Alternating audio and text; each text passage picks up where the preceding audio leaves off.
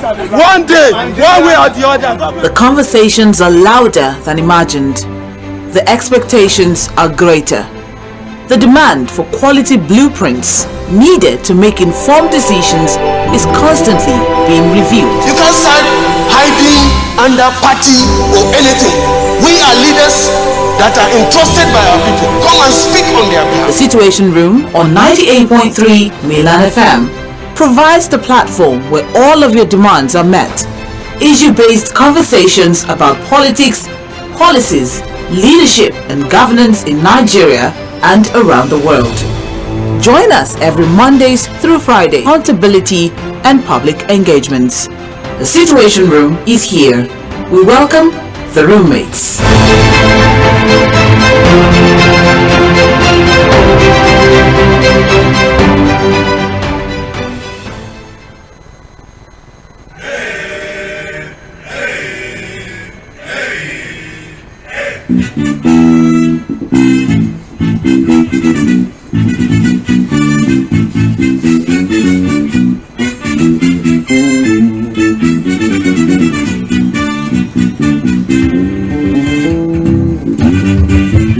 Okay, it's a beautiful Sunday afternoon. Welcome to Milan 98.3 FM, the sound of Lagos. You heard me say Sunday. I'm really looking forward to the 1st of January 2024 already.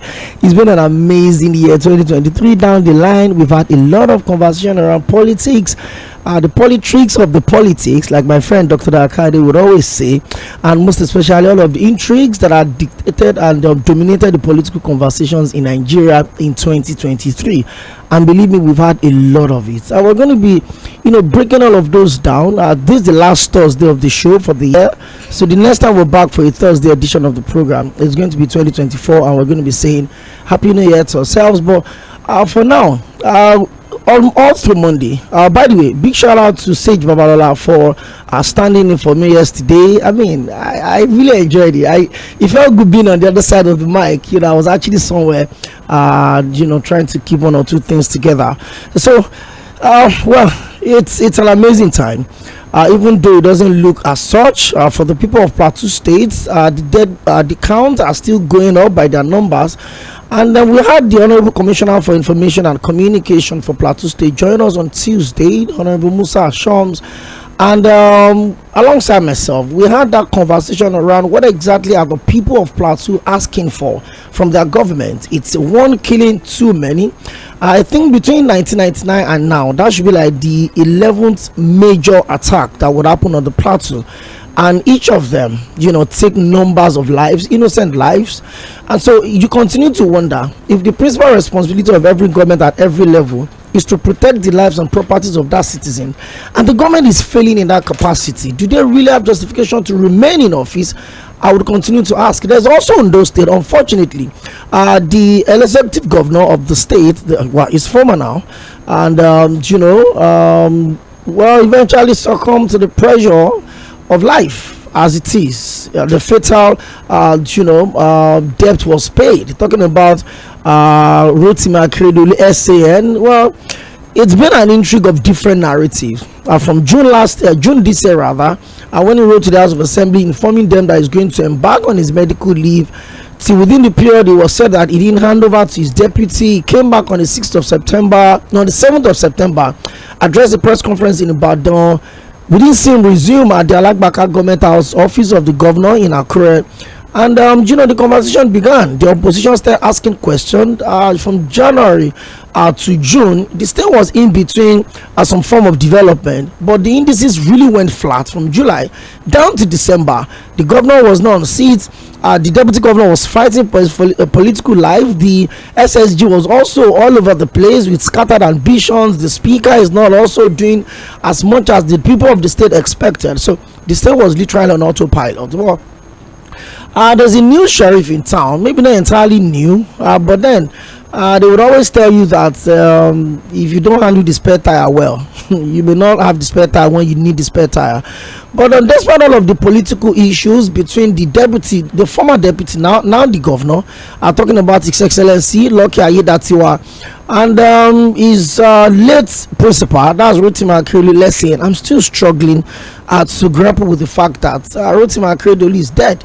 In 2012, when I was interning 2010, when I was interning one of the radio stations in Lagos here, he came for an interview. Then there was no ACN, there was AC, Action Congress, before ACN, before APC.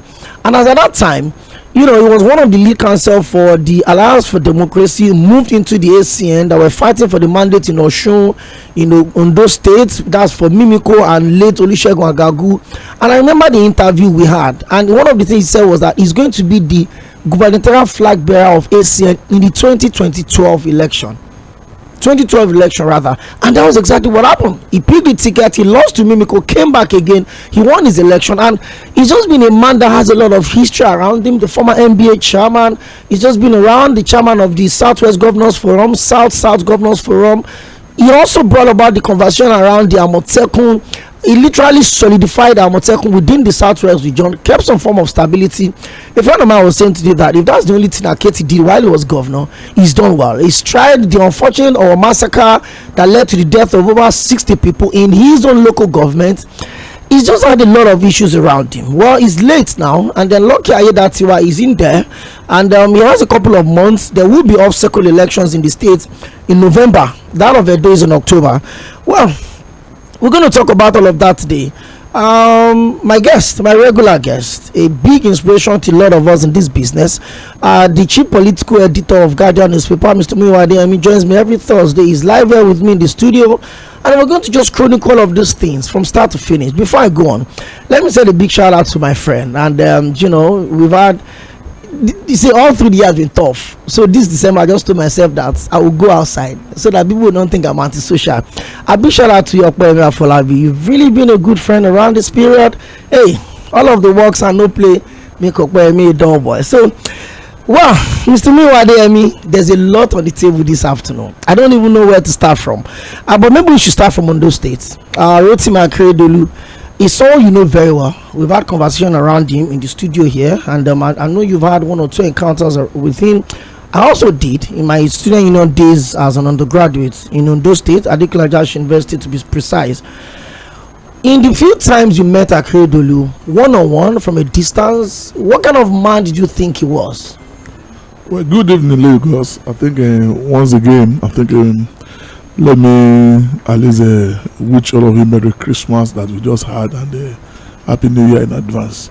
The era of Akeredolu, I think perhaps many will say have gone, but his life and times will continue to be what we shall be talking about.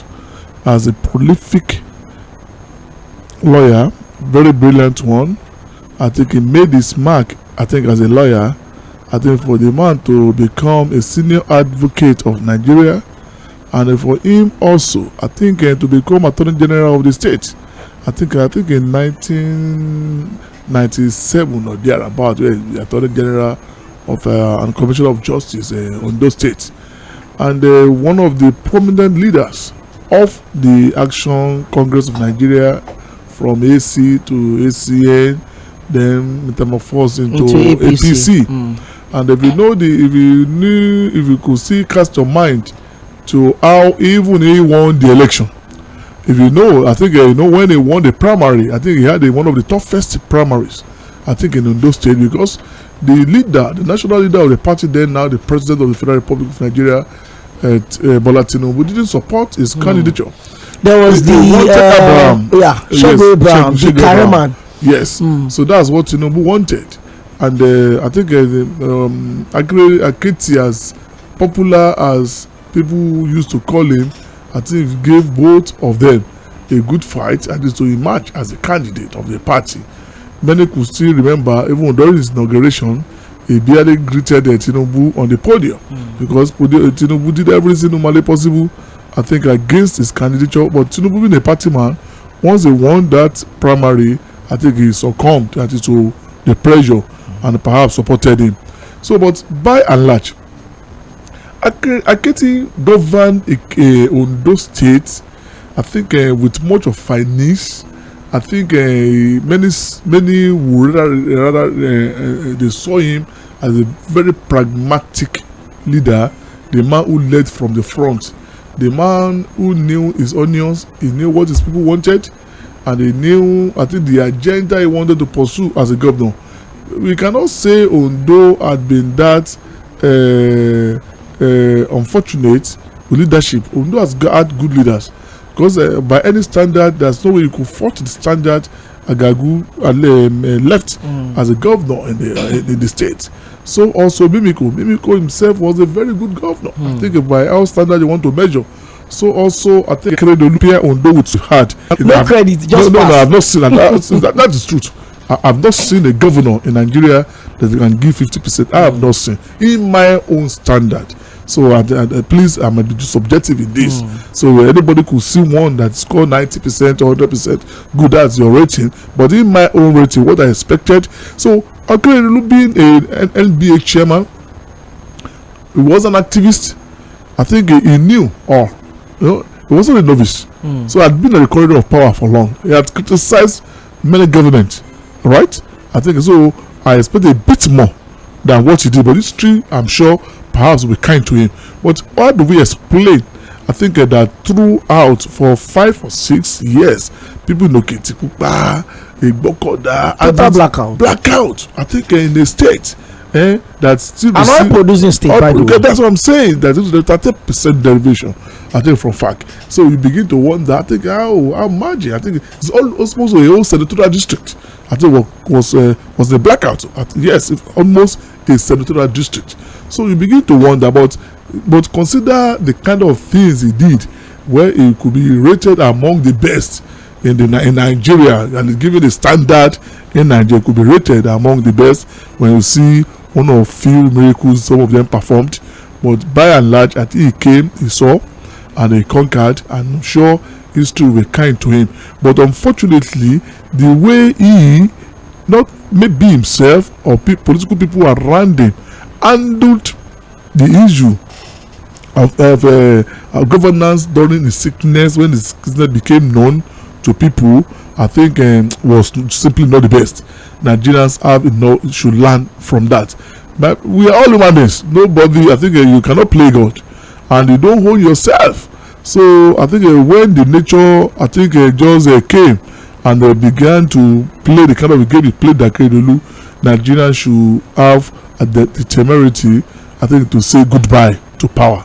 So because the way those people handle the matter, many people alleged his wife, some people alleged the SSG, or some of the few communities to consider themselves to be Kaba, and that's why you could see the issue of the people forging signature, allegation of some signature being forged, because when the man became vegetable, anybody suffering from not leukemia, prostate cancer, that prostate cancer, I think anybody suffering cancer, we knew the end. We knew, I think, the breach of science, medical science.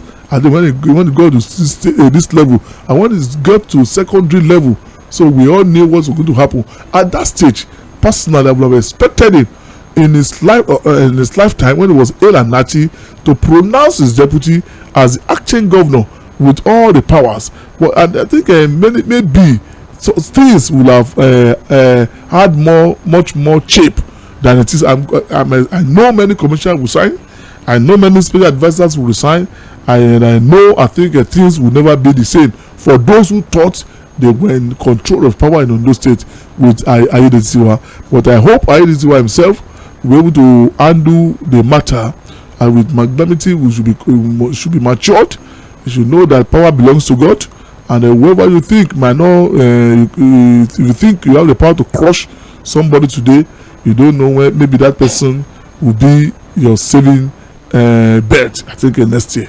Okay, thank you very much, Mr. DM. Before we leave the issue of Ondo State, you made mention of Lucky Aiyedatiwa now, and the lead story of your newspaper, The Guardian, for today is giving us a screaming headline: "A source said for Akeredolu, new dawn for Lucky Aiyedatiwa." Yes. How much of a narrative is that? Putting it in context that there's going to be off-cycle election in that state in 2024 November. And before now, one of the issues that Aiyedatiwa had with the political structure of Ondo State was the fact that there are allegations that he's nursing the ambition to succeed the now late Nɪɪľᴇʀɪᴜ as governor. And if you look at the calculation of the state, if you look at where Aiyedatiwa comes from right now, how much of a new dawn is this for Lucky Aiyedatiwa, or perhaps a perfect will to achieve his political ambition, Mr. Adeyemi? I think all the crises we have experienced before Kechi died has had to do with the issue of 2024. Politicians, and so telling me that the politician had ambition is like telling me a student wanted to go to university, primary or a secondary school student had ambition of going to university. There's nobody in politics without ambition. So if you don't have ambition, you won't join politics. So I think we just get that one very clear. And again, if you have the opportunity to listen to the tape of what Akeredolu himself said at the swearing in of Aiyedatiwa, we are not saying anything here because he said we want to name your child, know what to give that child, so that we are not having locking with us now. Do you understand? I think his middle name is 괏ɪᴏɪsoᴘ. You understand? Akeredolu also interpreted it and said that his family name at least became Aiyedatiwa. Do you understand? The word is ours. The word is ours. And Akeredolu now said that he's not joining us in the journey as a deputy governor, and which, if I'm stepping down, his decision is so. If you want to continue for me, but I will step down. Do you understand? But for him to rise, maybe the thing was so, I think it may be prophetic. The way Akeredolu mentioned the thing about 3 or 4 years ago, and the thing was just so. There's nobody, politicians around him, that will listen to that statement. I don't know how the people will continue to refer to it, and that will not send jitters to the spine of, I think, those who consider themselves to be the inner political cause of Akeredolu that will want to succeed him. It's normal. It's game of his politics. So they saw him as number one threat. Akeredolu, I think, the fait accompli is there for him, that the man had become a vegetable, so he may pass on any moment, which he has God has rested his soul now. So people had been fighting that no, this man will not succeed him. We were closer to Akeredolu than him. So it's a normal political battle, but they took the battle to governance. They took the battle to the extent of using Akeredolu incapacitation almost to, I think, a crippled governance in the state, when everybody supposed to join hands together to not to allow Ondo people to feel the impact of Akeredolu's absence.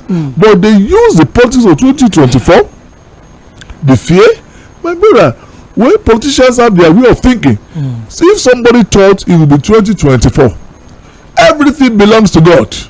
If God says even those who are mourning Akeredolu now will not see next year election, there's nothing they could do to that. We have seen that played out in this country several times, but they use everything to concoct impeachment plot against Aiyedatiwa. A lot of shenanigans took place at the expense of governance, and even at the expense of the memory of the man they all profess to like, and the politics about all what they have done, the impact, or at least the result is certainly will stare there in the face. So the 2024 is there. If anybody is telling me that Aiyedatiwa is going to contest, I will tell him he's not saying anything new. Do you understand? It's a free world. If anybody is telling me the SSG or the Commissioner for Finance or Commissioner for Works we also want to throw their hearts in the ring, so it's normal, as you should expect it. But unfortunately, the way they played that politics before the man passed, I think was not good enough. It was supposed to work as a team. But when this man was down, all of you supposed to cover his nakedness. So, but because they did not cover his nakedness, they played the game, I think, up, that I think that Nigerians became a serious issue, at least among Nigerians, which was quite unfortunate. But it's going to be a serious game, and let's wait. By February, I think the primary should arrive. Primary is in February. So between now and February, I think let's see what's going to happen. Well, I don't know if this is a good place for Lucky Aiyedatiwa to be, because this is December. And then, I mean, he got sworn in yesterday. By January, by February, if he's going to be a part of the primaries for February, by January, the intentions will have to be made known. Certainly. So, I don't know how much of a distraction this will be for him. Ondo State had not been under proper governance since July or June 2023. Well, once again, I really, on behalf of every one of us on the political desk of Milan 98.3 FM and the entire organization, we extend our deep felt condolence to the Akeredolu families. It's an extended family, by the way. I have a lot of the family connects within my friends. The town of Owa had been in a deep mourning. He's a son of the soil that certainly put the local government in a big stage. For someone that schooled in that axis, I understand where Owa used to be and where Owa is right now. All of the inter-street roads, the electrification, everything was well plotted. Well, either way you look at it, the most important thing is that he's lived a life 67. Especially when you look at the life expectancy rate in Nigeria right now, you understand that 67 is not gone too soon. No. Well, that's why some of us were funny when somebody had been sick for a while. They were still receiving his death with shock. How will you say you received the agreement to lose their death? It became to you as a root shock. Do you understand? I think it's somebody 67, somebody that had been nursing cancer for a while, and yet you receive his death. But that's Nigeria for you. Well, that's Nigeria for us. May the soul of the one-time NBA chairman, the immediate past governor of Ondo State, national chairman of the NBA, the former governor of Ondo State, one of those souls that have, in their own little way, contributed immensely to the democracy that we have in this country. May the soul of Akeredolu Rotimi, popularly known as Aketi, continue to rest in peace. Now, well, the Guardian said, some said for Akeredolu, new dawn for Lucky Aiyedatiwa. Let's see where the luck will take the people of Ondo State. Well, let's straight up into it. A lot of political events had, dictated the conversation within the political space in this country. A lot of it centered around the election, at the continuous voters registration, the mobilization for PVC collection registration, the election proper, the post-election, the presidential election petition tribunal, the swearing, the ministerial nominees, the screening. There's just been a lot on the table. The removal of subsidy on the 29th of May. Let's take it one step at a time. Mr. Muwademi, you've been around the political coverage space for over 30 years, if I'm not mistaken.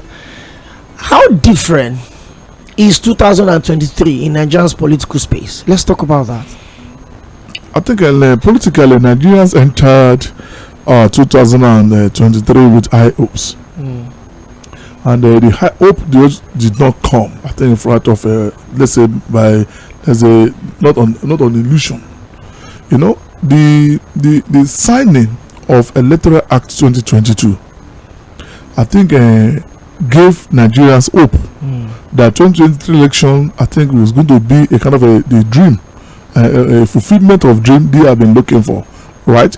Because with the 2020, the signing of that electoral bill into act, right? I think Nigerian, thought some of the crises that has been associating with election will be over, like ballot stuffing, like massive rigging, ballot snatching, like overvoting. We know all those things that I think never allow us to have free, credible, and fair election.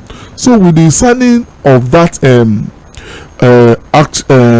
signing of that bill to act, so everybody thought 2023 election was going to be different, and I think INEC again was mobilized enough, I think, for that election, because if you consider the amount of billions, I think, appropriated for INEC for that election, so all Nigerians thought, no, 2023 was going to be a free, fair, or first election of its kind that we are expecting. The actors also were not that new to us. I think they had been on the stage, but people thought, I think these actors also will play the game by the rule. And this is given that we had, I think, the president now who was a candidate of APC. We had a larger former Vice President Atiku Abubakar as the candidate of the PDP. So we have a former governor of Anambra State, Mr. Peter Obi, as a candidate of the Labour Party, and we had a larger Malam Kwankwaso, former governor of Kano State for NNPP. So I think these are the 4 gladiators that people thought among these 4 candidates were going to have a president, and all eyes were on them. But by and large, when we had the presidential election, the glitch from the electronic system many Nigerians had expected worked perfectly. I'm talking of the IREF, and I think IREC and Beavers were those new things we thought would give us what we wanted.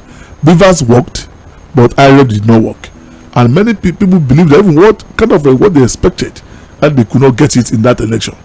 And that so also all 3 in case of and that I think Nigeria did discover. I think if I'm not mistaken, in Kano and 1 or 2 other Plateau. Yes, Plateau. So the discussion throughout this year was about election, and this December 28th we are still discussing this election. So it's unfortunate. Nigeria had hopes when we entered the year that we had a framework. I think I am talking of the 2022 Electoral Act as amended, that to give us the usher in a better, credible and free, fair election, but the outcome did not justify our expectation. Is quite unfortunate. But maybe the history will tell us where we got it wrong. A lot of issues have been coming up and how we got it wrong from the players, and especially from the INEC, and why the INEC should be looked into again. Because if we consider the case of, as many people have said, how some of these REC were appointed, and the case of Adamawa, at least they brought home, I think the fear of many Nigerians that the way we recruit some of those REC, at least were not the best. And so I think the Adamawa case brought the matter up clearly for us to see, which many people have been arguing, and the argument that INEC should be unbundled. I think all these matters were on the floor. If on the political space as well, we saw how political parties even could not perform their roles credibly well, at least by ascertaining the authenticity of the records, of the credentials of their candidates. We also saw that one, and we saw how political parties had been so weak, even that highest bidder won they won their primaries in almost all the elections. So it's the highest bidder that won the primaries. So when Nigeria begin to ask, is that kind of political party we are looking forward to? As we used to say then, how should a party, any serious party, work somebody contesting, seeking for a job, to buy form at 100 million to serve, as we used to say then, to serve the people, to serve Mr. Ope and what's the name of my Mr. that we are on this table then, Mr. No. Yemi Saka. No. Okay, who again? The consultant. Mr. Matthew Okoja. I'm sure he must be listening to me now, because no, we used to say that Mr. Matthew could have somebody go and obtain 100 million to serve you. You know, we used to play then, no? Because we know that, because consider the salary of a president for 4 years, not up to 100 million. You know, not considering the amount spent on campaign, as we begin to see. So we saw a lot of things that were wrong in our system, so that the hope we had, I think, were just dashed. Everything went flat, and Nigeria was like, I think, nothing new, nothing, we gained nothing, and there was nothing, I think, that we could point out to be, I think, an achievement when it comes to electoral reforms, and maybe we did anything better than what we have been doing in the olden days. And Okay. it's quite unfortunate. It's quite unfortunate. By the way, if you have your phones, your laptop, your tabs, however way you can access facebook.com/Mainland 98.3 FM. We're streaming this program live and also on YouTube, Mainland 93 FM. Search us out on Facebook and on YouTube, and of course use our feedback section, the comment section. Drop your comment and your contribution to the program. You're live on Mainland 98.3 FM. This is the Situation Room. This program comes up on the airwaves every Mondays to Fridays from 4 to 5:30 p.m. And for every single day, we come talk about politics, we talk about policies, we talk about governance and leadership, and we'll always bring interested individuals, experts in their own little space, to help us understand some of the government policies. And that's exactly what we come. And in the process of doing that, we'll also provide workable solutions that can take the country to the next level. Once again, you're welcome. My name is 괏ᴏ Akíndé, and of course, I've had the chief political editor of Guardian newspaper live with me in the studio. And Mr. Miwade, he didn't come alone, by the way. We'll get to that part much later. Okay, so we've looked at Ondo State. We've looked at, how much of a new era would the next couple of months be for the newly sworn-in governor of the state, and that's His Excellency Governor Lucky Aiyedatiwa. I mean, the political conversation is, or maybe if he had not been sworn in, he would have had, all of the right and freedom to declare his intentions by maybe next year, January, where most of them always do for every primaries year. But let's keep our fingers crossed. I got an assignment from the people 2 weeks ago to focus on the politics and the politics in Ondo State, and we delivered that mandate. Unfortunately, Rotimi Akeredolu is gone, 67. A life well spent, you may want to say, if you look at his political antecedents, if you look at how long he's been within the Nigerian political space. So, one man is down, another one is up. So much about names. Good Lord Jonathan. Now there's Lucky. Maybe you want to look at the names you want to give your children. Well, let's just put a little smile on the conversation here. So now you've talked about the election being a huge role in the formation of the political conversation of 2023. Yes. But election does not happen in vacuum. There are players, contenders, pretenders, the people on the surface, the laid back participants, different people playing major roles in all of this conversation. You look at the political parties, you look at the candidates. From the Labour Party candidate Peter Obi, a candidate that has been seen as a candidate of the youth. You look at Bola Ahmed Tinubu, they said is the candidate of the elite, the political structure. You look at Atiku Abubakar, you look at Rabi Musa Kwankwaso of the NNPP, you look at Omoyele Sowore, you look at all of these individuals in that election. But before we come to these people, something significant happened in the last election. The build up to the election, INEC said over 90 million people picked up their PVCs with intentions of voting. Unfortunately, less than 25% of those numbers came out to vote. Mr. Miwade, how significant was the issue of voter apathy in the last election, and what factors would you attribute that to? I think this has always been a big issue in Nigeria. When we are talking of people participating or at least when it comes to civic responsibilities of citizens, it's unfortunate. There's no election that we've recorded up to 40%, and the last election was not an exception. But if there will be any difference so far, is that the last election we were able to reduce the number, I think, of a ballot stuffing. I think that we reduce that one. From 1999, I think, to the last one, the issue of ballot stuffing, hijacking, and at least were the major challenges we saw, not only alleged that we used to see. Anywhere you see where the remaining ballot papers after casting vote, where you are strong there, I think they don't print those things for you. Even we always, I think, had issues of a day to election that voting, I think, commenced in some areas, where we had these big guys, you understand?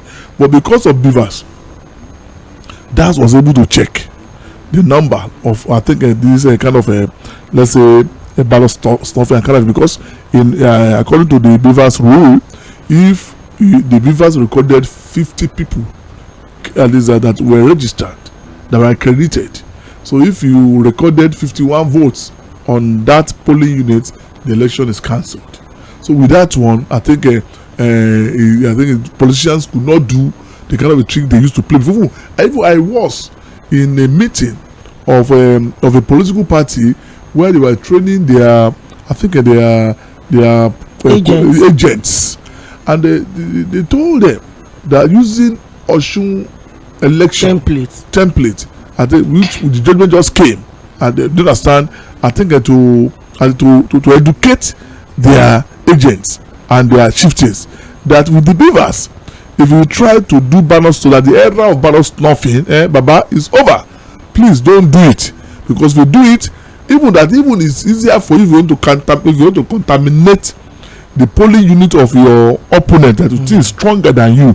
If you can compromise the agent, make sure that they had just one vote more than what. So I think that has been contaminated. So protect, ensure that nobody came to your unit to contaminate your polling booth, ballot box by adding one vote that was not accredited by beavers, and they ensure no kind of thing. But yes, we could not see that one, but we saw the other area where they used money, vote by, right, see and buy, enough cash, some area full stuff.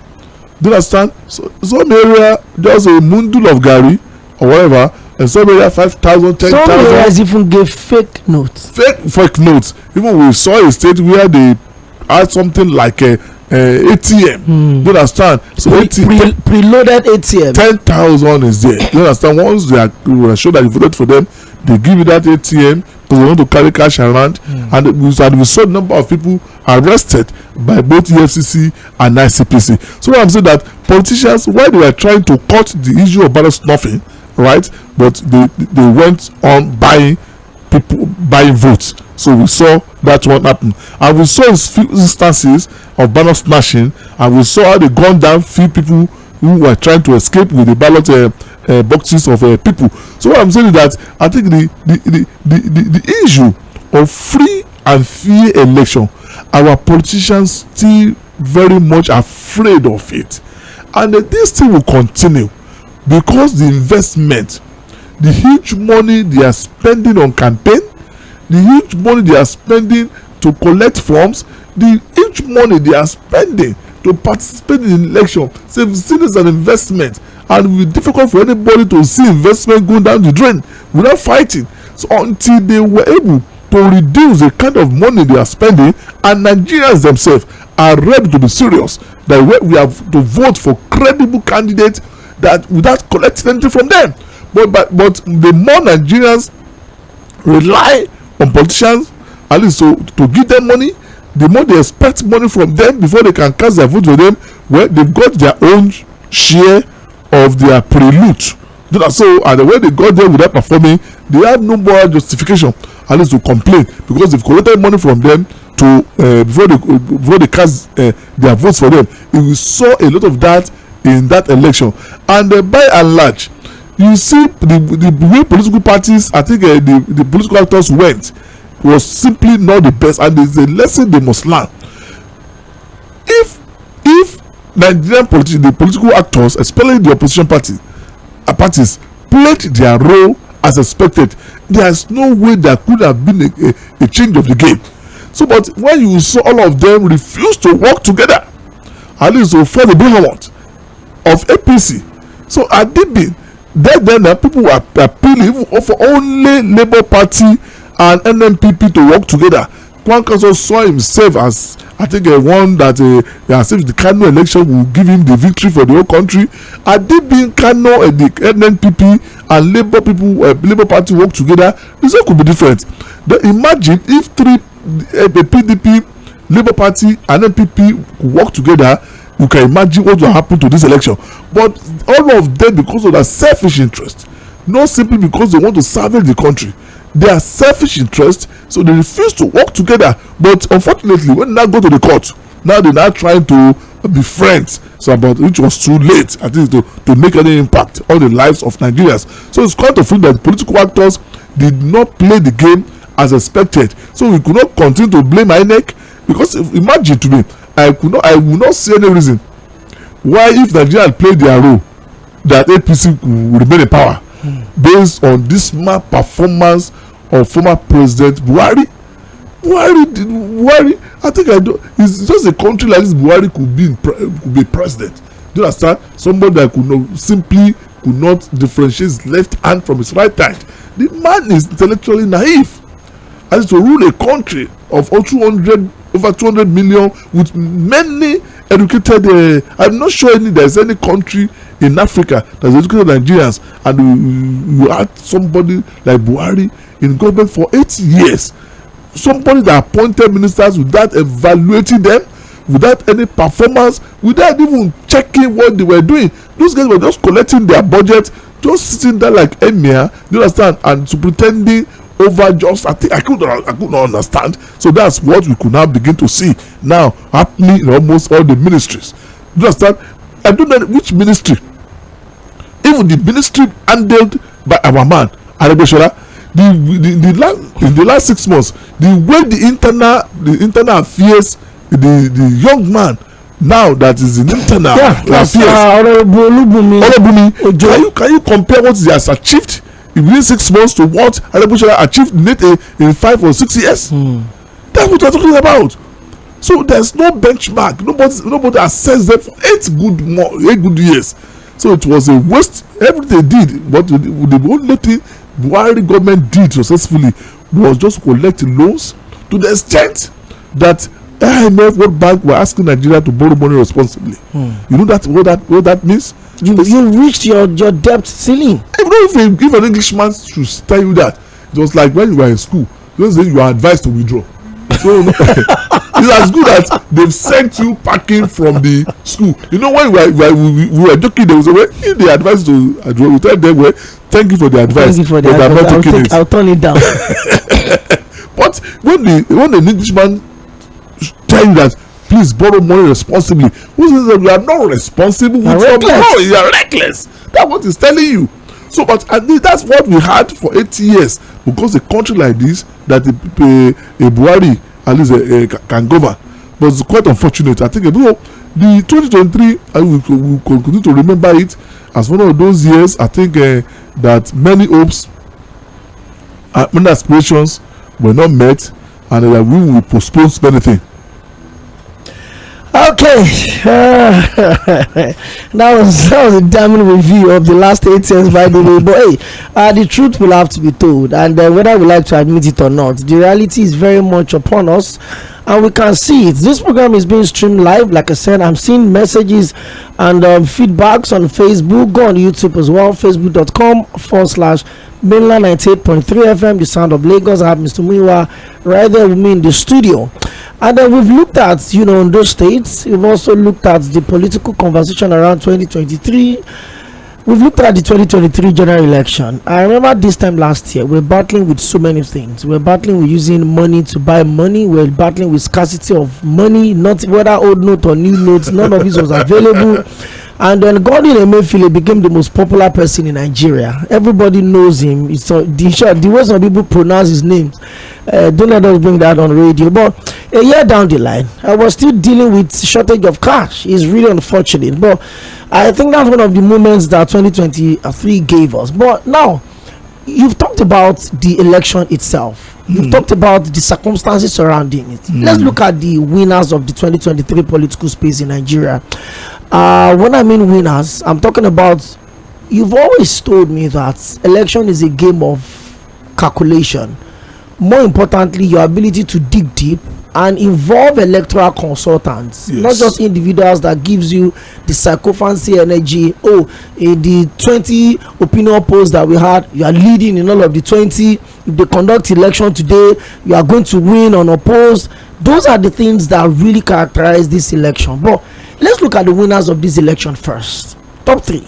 Who takes it for you, Mr. Miwade? The winner of the election? Yes, the top 3 winners. No, I'm not talking about elections. I'm talking about the top 3 winners in the political space of 2023 in Nigeria. The top 3. I know you did. I didn't put that in what we talked about. You didn't see that coming. Yes. Well, I think if you are to look at the top 3, I think this will be subjective. So it's better. I think that's why I didn't tell you ahead. Yes, no. I think no. I rather put it out. No, it's not a position. No, please, okay. Let's you know what? In this, this is our program. A lot of people will listen to. I do. And most times I try to run away from my personal preferences. Exactly. Nobody's value free, right? So, but my personal preferences might not be the same with others. So that's why I think when I talk here, I always try not to bring my sentiment into it, because I do remember. I think there was a time we with Mr. Okodua was here, and I said that this election, there's nothing anybody can do with what we have seen, because I was at a program with Nīḷīᴇɪᴜ in Lagos here, also with what call it at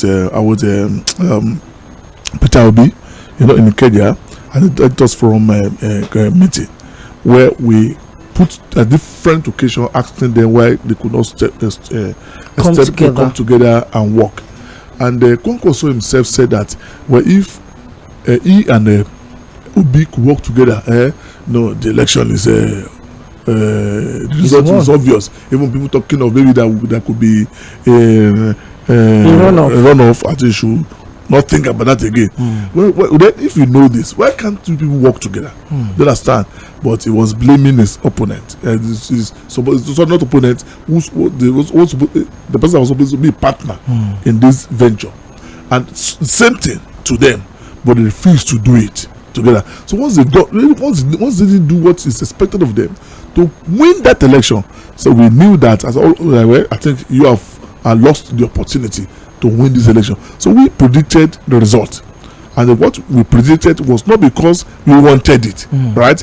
But based on the reality. But based on the reality, what we have seen in the I think a feelers from the statistics of the federation to the strength, because we try to do the SWOT analysis of all these candidates, all these parties in the 30 states, and we predict what's going to be first, second, and third, and it turned out to be what we turned out. Do you understand what I'm saying? Not because we wanted it, but because of the peculiar situation and the way actors played their game. Do you understand? I know you are. I think you are a sport enthusiast. Do you understand? If your club will come out with a strong strategy, or with second best, I think to come and play a solid team. So you can just go and check the scores later. That's what happened to the election. Do you understand? Because the actors did not play the role in the way they could have won the election. Do you understand what I'm saying? When immediately they formed APC, the media was agog that PDP will go. Though there are some sacrifices they were telling go on. Jonathan, go win, because they thought money. You saw the traditional rulers that would not leave their palace on the election.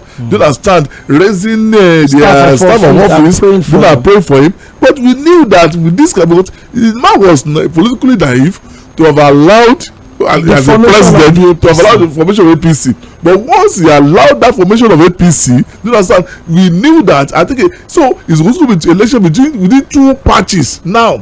You understand? So within two, so all oppositions have considered themselves to be one party. So it's going to be all the opposition one against the ruling party. You understand? And no matter what, Nīḷīᴇɪᴜ became what call it? What do we put it? A failed card. A failed card. It didn't work. It didn't work. It will not work. You understand? But this time around, incumbency was not just a liability, but incumbency was, I think, was completely what nobody should use to campaign.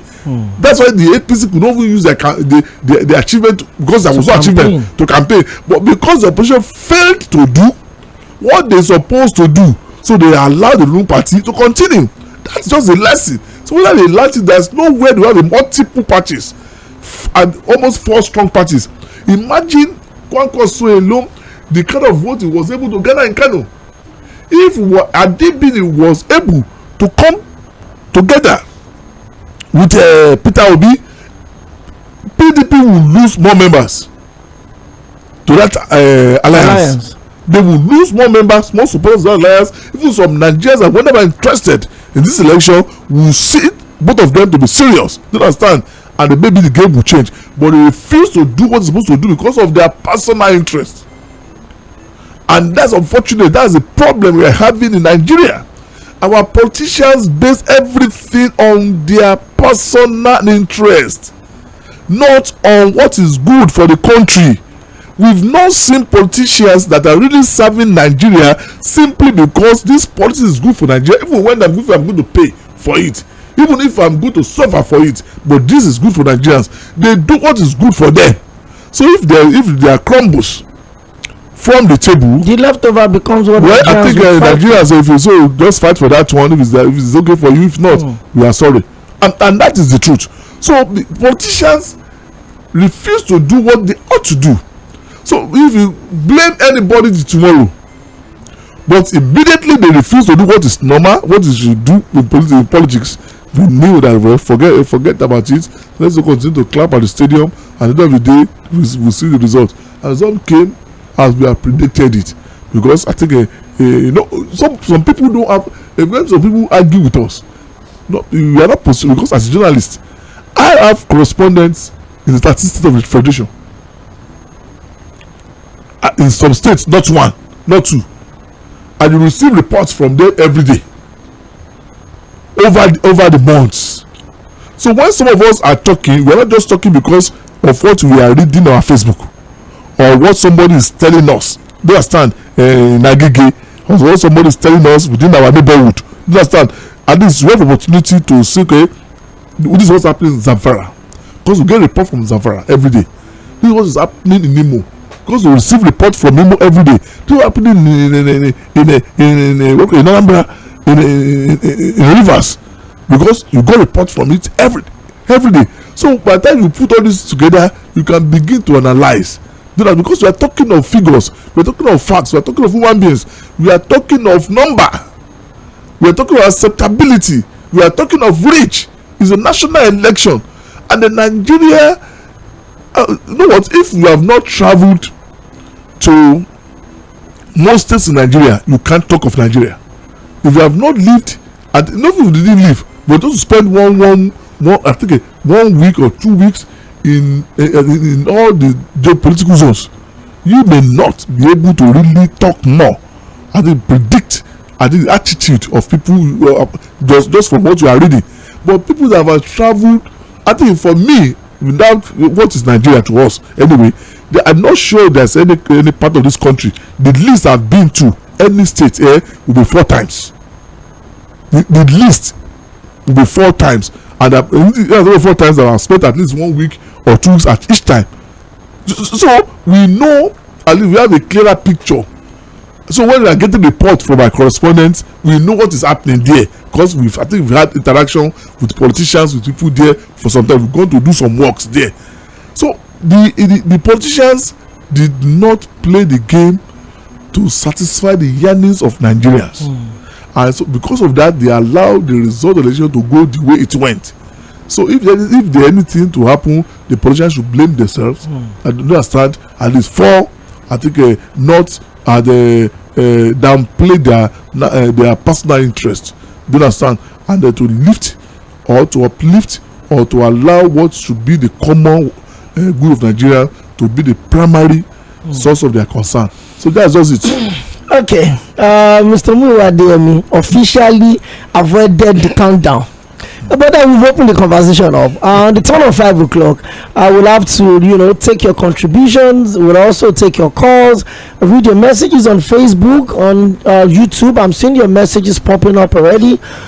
Just join us and follow us on our social media platforms, facebook.com/mainland 98.3 FM on Facebook, and on YouTube, Mainland 983 FM, on Instagram, Mainland 983 FM, on Twitter, Mainland FM. You certainly keep the conversation going. This is the situation. We need to take a quick break now. We'll take the headline news by 5 o'clock. We'll also pay some bills, and when we'll come back on the turn of 5, we'll just pick your calls, read your messages, and then we'll call it a day on the show. after today, we have just one more episode, one more edition, and one more session with us. That will be tomorrow. Open mic, 90 straight minutes. I will resist every temptation in the world to bring a guest tomorrow. So it's just going to be about you.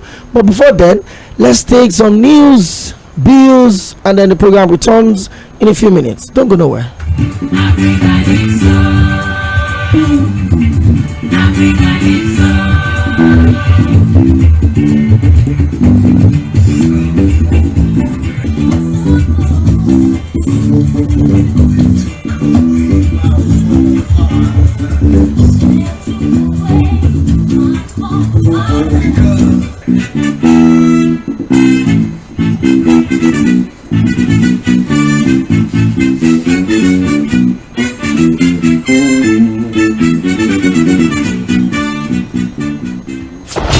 You're listening to Mainland 98.3 FM.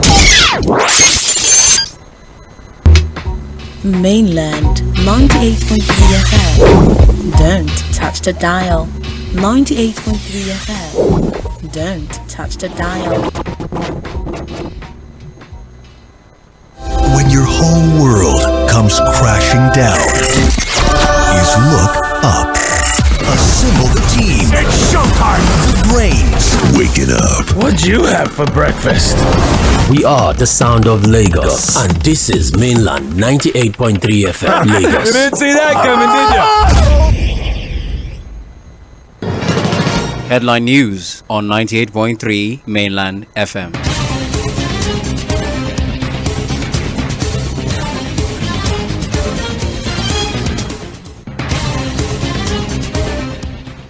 Good evening. Headline news on 98.3 Mainland FM. My name is Omobola Sandra. NBA pays tribute to Akeredolu as one of their most courageous presidents. Ondo government declares 3 days of mourning for Akeredolu. Labour Party releases timetable for by-elections. PEG Senate form at 5 million naira.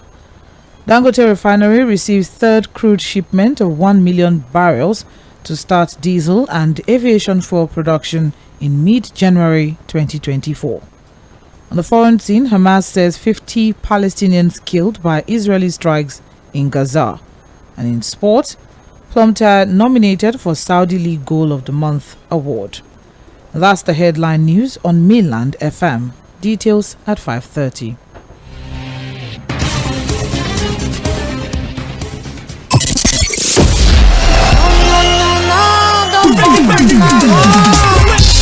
Nostalgic feeling on radio. Introducing classic hits from way back.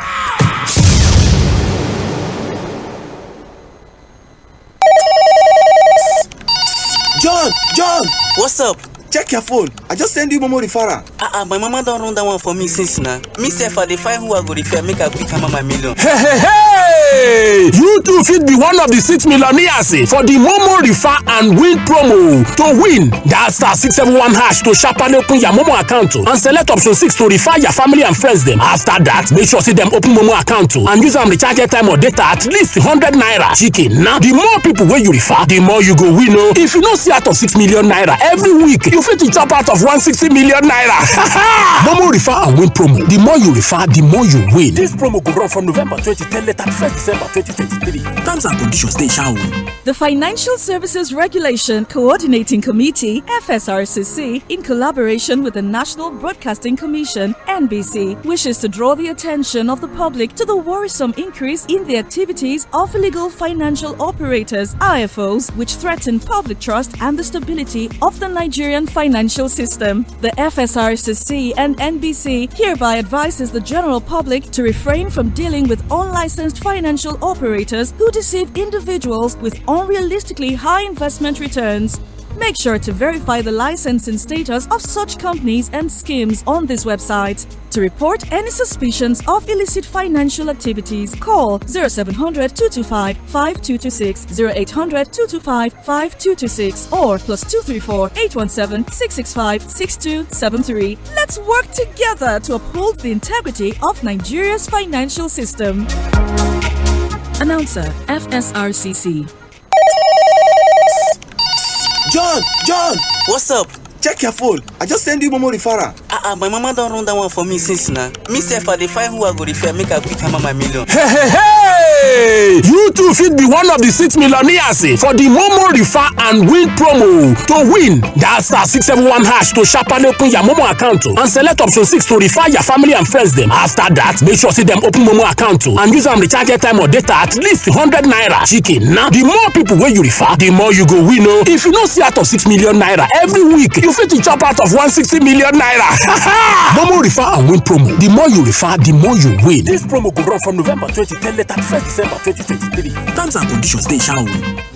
Are you seeking admission into a tertiary institution in Nigeria? Here is a big opportunity for you. The 2022-2023 admission into Èkó City Polytechnic is now open. Available courses are Computer Science, Theatre and Media Arts, Mass Communication, Science Laboratory Technology, Electronics Engineering, Accounting, Banking Operations, Business Administration, Multimedia Technology. Qualified students should have scored 100 and above in the last JAMB exam. Facilities at Èkó City Polytechnic includes well-equipped studio and laboratories, modern classrooms, innovative workshop, recreation space, and fully functional hostels. Our lecturers and tutors combine both academic and industry experience. Full-time and part-time admission forms are available for the 2022-2023 academic session at the campus Èkó City Polytechnic, Plot 100, Alhaji Onilewura Street, Ikotun Egbe, Lagos State. Èkó City Polytechnic is approved by JAMB, NBTE, and the Federal Ministry of Education. For more information, please call Moses 091 62 54 0610, Wale 091 62 92 7079, Praise 091 62 69 9996, Adelanwa 081 26 580784, or visit our website www.ecocity.edu.ng. Èkó City Polytechnic, building industry ready professionals. John! What's up? Check your phone. I just send you Momo referral.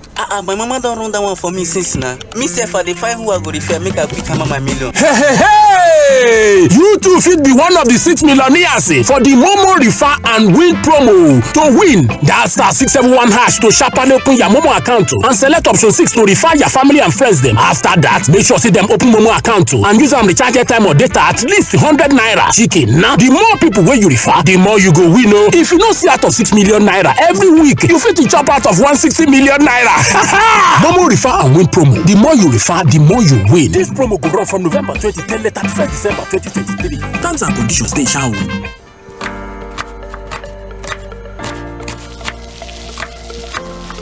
Meals have a way of taking us on a journey, and when you add plenty of vegetables like efo, ugu, and season with the rich taste of Knorr seasoning cubes, even better. So, go ahead and elevate your meals with more vegetables and the rich taste of Knorr cubes. Today, eat for good. John! What's up? Check your phone. I just send you Momo referral.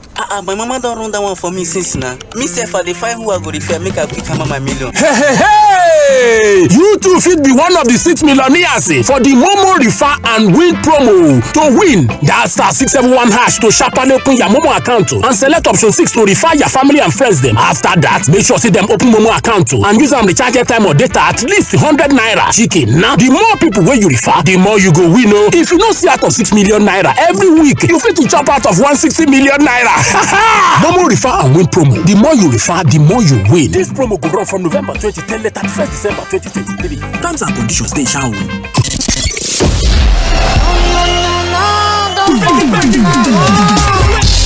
Nostalgic feeling on radio. Introducing classic hits from way back.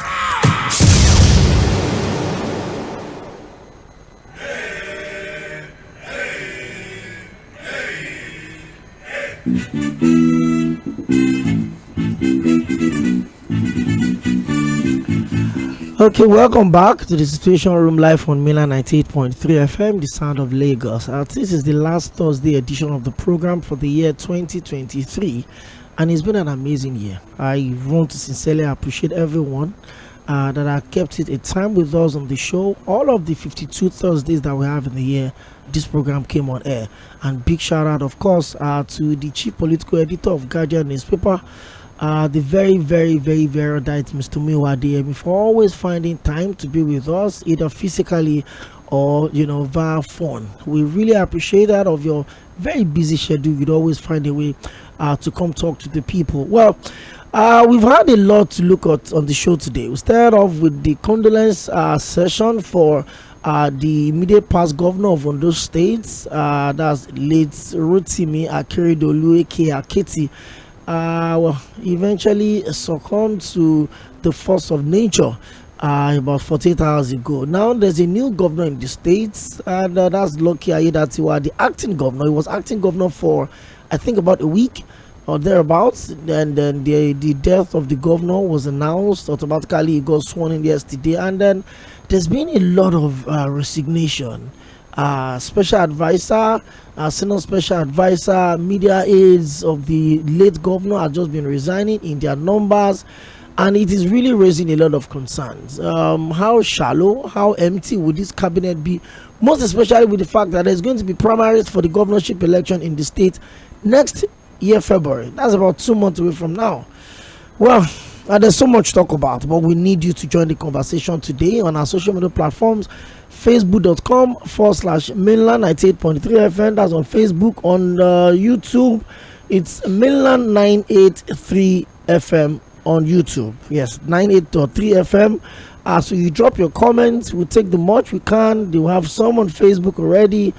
And then don't forget to like our page and follow us so that you can get the best of everything you need to know about radio, politics, entertainment, and everything coming together. Well, it's time for you to talk to us. 0913-600-0410. The winners and the losers, the shakers, the gainers, the pretenders, and of course the contenders of 2023 Nigerian political space. Death would always have a significant role in the life that we choose to live. So Rotimi Akeredolu, probably at the start of the year, we wouldn't have thought it was not going to see the end of it. And then, but as it is, life will always humble you. And then the new chapter begins with Nɪɪľᴇʀɪ Mᴜɪᴜ, the governor of Ondo State. How lucky he would get, especially with the political conversation next year in the states, as we prepare for the off-cycle election, will be left for the people of the state to decide. But now you can join the conversation. 0913-600-0410. Hello, good evening. Good evening. You need to kindly help me put down the volume on your radio set, or you turn it off completely. Yeah. Good evening. Can you hear me now? Okay, it's very clear now. Your name and where are you calling from? Calling from Shomoli. Okay, calling from Shomoli. You're welcome. You see, that last election, nobody can tell me that Mr. Peter Gregory did not win that election. Nobody on this earth, in this Nigeria, can tell me. I followed that election from onset to the finished it. There is nothing anybody can tell me that I believe, that I followed it. Even I've already listed the state is going to win, and then the state is going to get it 25%.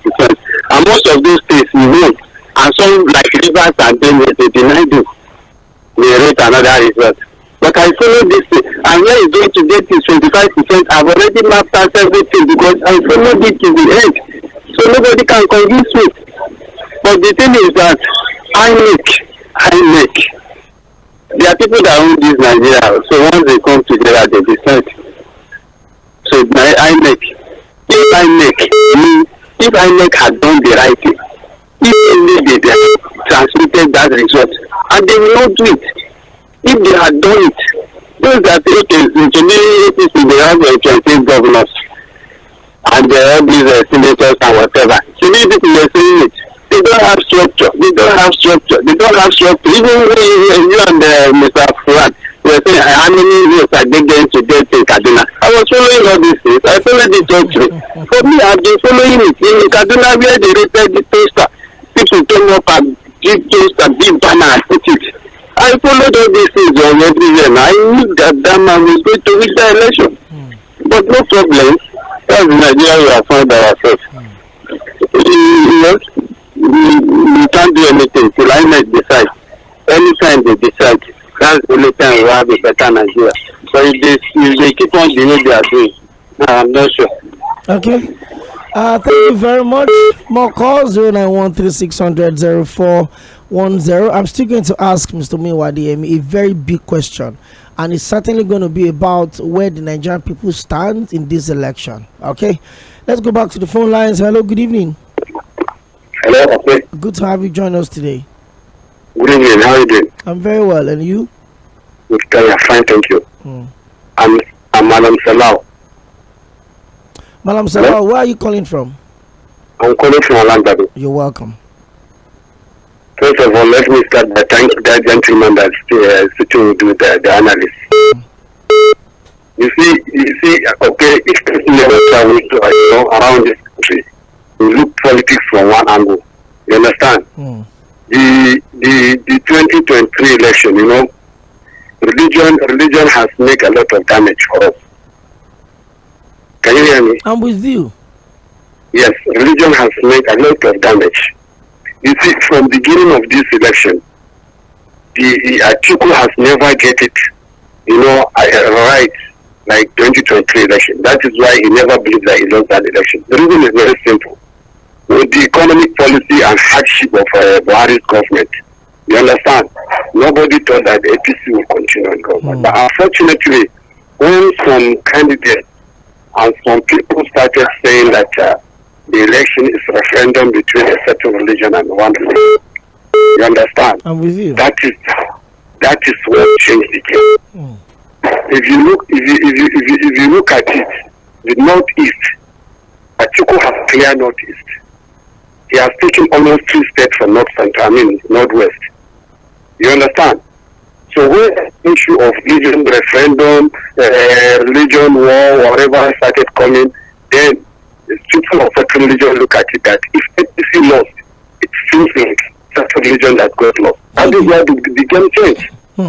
That is why the game changed. Thank you very much. Yeah. Well, tomorrow is Friday, and you know what I mean. We have all of the time in the world to talk about some of the moments of 2023 for us.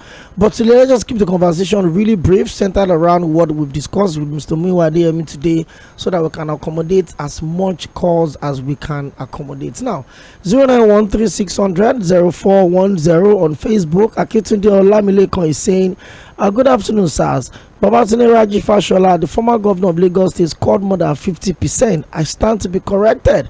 Mr. Mᴜɪᴡsᴜ, someone is faulting your percentage on that. Thank you very much, Akitunde Olamilekon. We'll come back to more of those messages. But let me ask you, Mr. Demi, you did not exactly talk about the losers and the winners of this election, but let's talk about the people.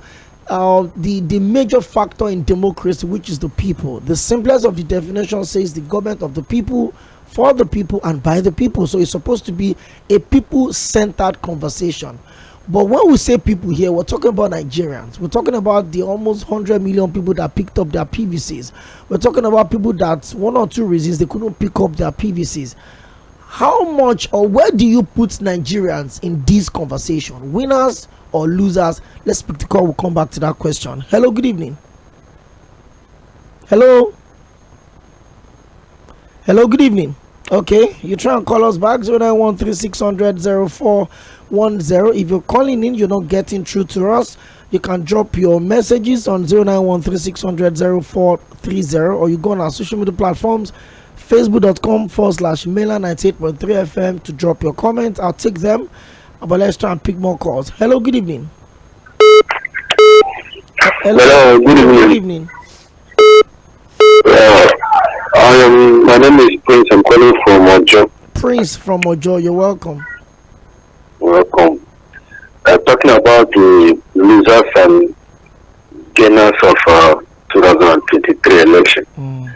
I think the ultimate big loser is Alhaji Atiku Abubakar. Alhaji Atiku Abubakar, I never expected him, because the way the abysmal performance of President Buhari of the APC would have given him the edge.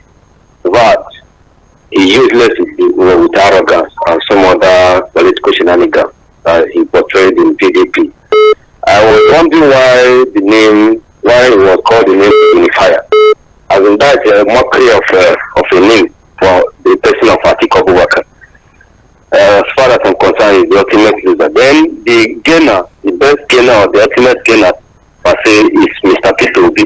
Though he did not win the election, yes, I'm coming. Though he did not win the election as INEC announced, but then he used the opportunity to gain popularity. I did expected it. In fact, I never expected that he could have even gathered up to 2 million votes. So for him to get the number of votes he got, in fact, I give it to him. He's the ultimate gainer, and he stay on his side. He stands better chance to make more input and impact in the future. Thank you. Then talking of okay, thank you. Yes, we'll keep more of that conversation till tomorrow. I just have to set the tone so that we'll have an idea of what our discourse tomorrow will be centered around. Mr. Miwademi, you want to respond to that question real quick? A lot of expectations into the election. INEC, you made mention of the electoral act that was signed into law by the former president in 2022, I think February or thereabout. You look at all of these conversations, the expectations, the template of the Osun and Ekiti election that felt like something close to what we should have. Where do you put Nigerians in all of this? Well, I think for me to answer this question, let's quickly look. Let me remind Nigerians of what each of the candidates got. Right. You see that Tinubu scored 8,794,725 votes. So nearly 8.8 million. Peter Obi got 6.1. And Atiku had 6.9. And Kwankwaso had 1.49. Right. So, if you put all these together, you see we are talking the region of, I think, 22 million votes. Right. Everything together.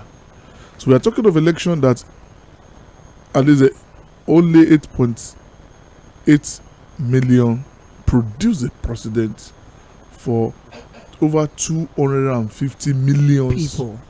Nigerians, right?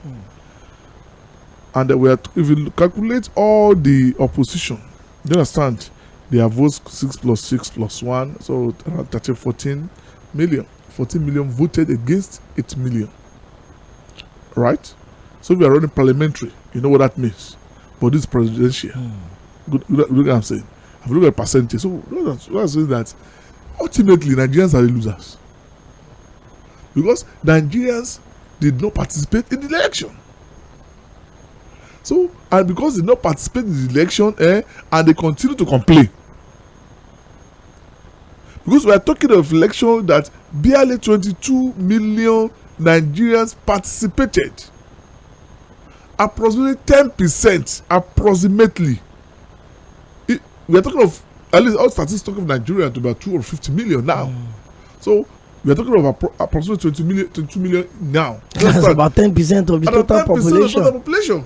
So, if from the 10% also, right, about 37% produce the president. Do you understand what I'm saying? Tinubu won, I think, about 37% of the election. So, we're talking about a government of the minority. Do you understand that? Ruling the majority.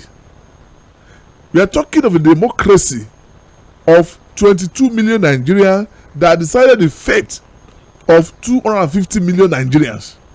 Where do we place the 230 million Nigerians that folded their arms? Are they all underaged? So something is still wrong with our democracy. That we've not got the kind of a mass participation that we wanted. And once we've not got the mass participation that we are getting, the few controlling, the few voting, whether they were voting right or wrongly, don't understand, will come down to the entire space of who governs the whole country. So the point I'm trying to make is that I'm beginning to think that the politicians have not been able to speak to what will trigger the interest of Nigerians to believe in this democracy. We are since 1999 to date. We are talking of less than 10%. Even let's look at the number of those who collected their PVCs, over 100 million. That add the PVC. So once you add the PVC, so you are as good. You are a good as good as someone that had the franchise to vote. So if over 100 million collected their PVCs, and we are talking of 22 million participated in the election, what's the percentage?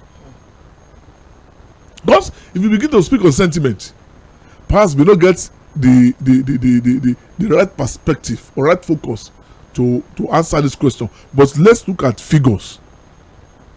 So if out of over 100 million that had PVCs registered, so 22 million participated, what is the percentage? 20-something%. Okay. So who are now the losers? Who are now the winners? Let's just squeeze in one more call. Then we'll read our social media connects and then we'll call it a day on the show. Hello, good evening. Hello. Okay, I think we got too late on Facebook. Josiah Eremu says, like the first caller said on the show, the unexpected results declaration by INEC. This year's election has the highest voters turnout. You hear of many voters card in bushes of large quantity. Nigerians know the winner being the Democrats of the year. Well, you should have just made the call as much as you can, Josiah Eremu. But I certainly got your message on Facebook. You know, okay, sorry, before you continue the message, there's one caller that spoke that when he followed Atiku's trajectory. I think I was thinking that the man will win the election.